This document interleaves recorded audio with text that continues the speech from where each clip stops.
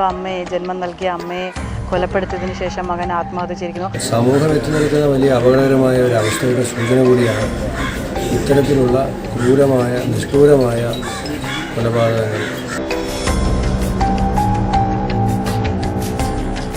ഈ ഒരു മരണത്തിൻ്റെ കാരണം എന്താണെന്നുള്ളത് വ്യക്തമല്ല. ഈ ഷാൻ എന്ന് പറയുന്ന വ്യക്തിയെ സംബന്ധിച്ച് കൂടുതൽ വിവരങ്ങളൊന്നും നാട്ടുകാർക്ക് നൽകാൻ കഴിയുന്നില്ല. 2 ദിവസമേ ആയുള്ളായിരുന്നു ഷാനിൻ്റെ ഭാര്യ പിണങ്ങി ഒരു വീട്ടിൽ പോയത്. വഴക്ക് എന്തെങ്കിലും ഉണ്ടായിരുന്നു? വഴക്കുണ്ടായെന്നാണ് പറയുന്നത്.